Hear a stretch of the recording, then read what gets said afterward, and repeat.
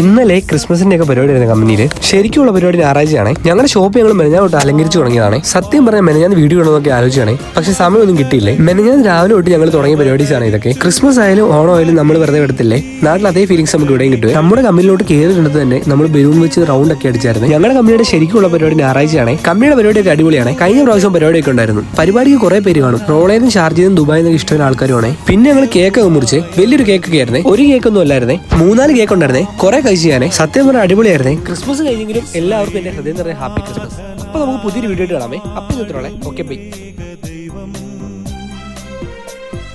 സത്യജീവമാർഗമാണു ദൈവം, മർത്യനായി ഭൂമിയിൽ പിറന്നു സ്നേഹദൈവം. നിത്യജീവനേകിടുന്നു ദൈവം.